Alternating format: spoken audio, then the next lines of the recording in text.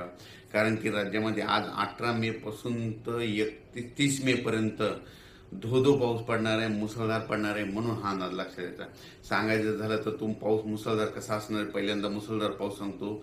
सुरुवातीला जास्त मुसळधार पाऊस मुंबईला जास्त पडणार आहे, म्हणून मुंबईकरांनी पहिल्या पावसामध्ये तुमचं जनजीवन विस्कळीत होणार आहे, म्हणून तुम्ही याची काळजी घ्यावी, कारण की 18 मे ते 30 मे दरम्यान मुंबईला अतिमुसळधार पाऊस पडणार आहे, म्हणून हे अंदाज लक्षात घ्या. त्याच्यानंतर नाशिक जिल्ह्यासाठी देखील अतिमुसळधार पाऊस पडणार आहे, म्हणून हा अंदाज लक्षात घ्या. पुणे जिल्ह्याला देखील मुसळधार पाऊस पडणार आहे.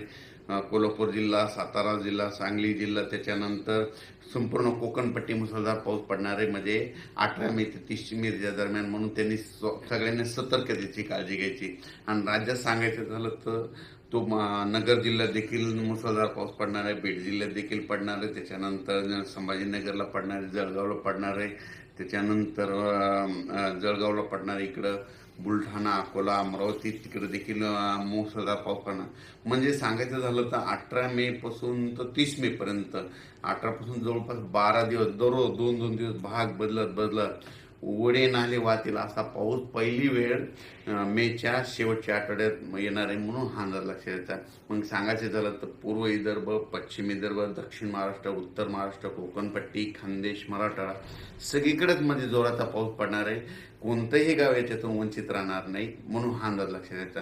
सांगायचं झालं तर म्हणजे आज आहे 18 मे 2025, म्हणजे आजपासून जवळपास 12 दिवस राज्यात दररोज वेगवेगळ्या भागात जोराचा पाऊस पडणार आहे. वड्याला पाणी येणार आहे, नाल्याला पाणी येणार आहे, नदीला देखील, म्हणजे ना त्याच्यानंतर 22 मे ते 30 मे दरम्यान नद्याला देखील पाणी येणार आहे, म्हणून हा अंदाज लक्षात द्यायचा.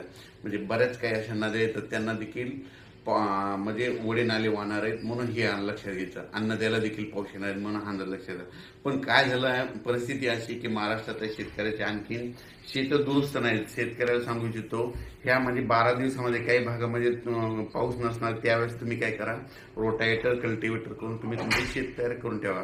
कारण की राज्यामध्ये म्हणजे 18 मे ते 30 मेचा खूप जोराचा पाऊस पडणार आहे.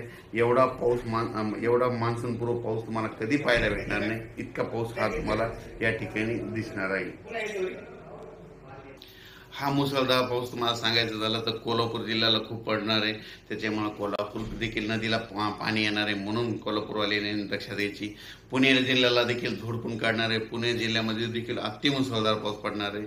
त्याच्यानंतर मुंबईला देखील मुसळधार पाऊस पडणार आहे. मुंबईकरांनी सर्वांना विनंती की तुम्ही काय करा, तुमचं जनजीवन हे होणार, विस्कळीत होणार आहे. त्याच्यामुळे तुम्ही काय करायचं, 22 मे ते 30 मेच्या दरम्यान तुम्ही तुमची काळजी घ्यायची.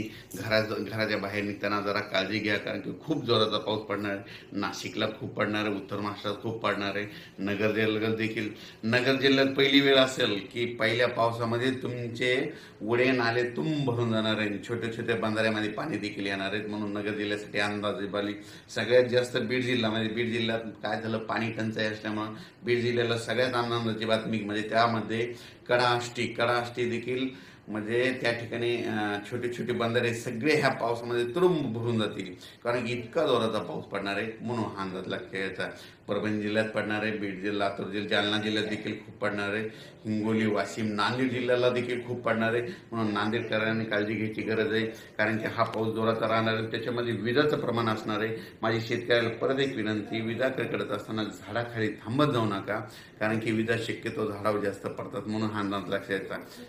ह्या अंदाज लक्षात घ्यायचा. अचानक वातावरणात झालं तर लगेच उद्या एक मेसेज दिला जाईल 19 तारखेला, पण आज आहे 18 मे 2025. मी आता हरिद्वारहून दिल्लीकडे जात आहे आणि या ठिकाणी मुद्दामून आपल्या महाराष्ट्रातल्या शेतकऱ्याला हा अंदाज दिलेला आहे.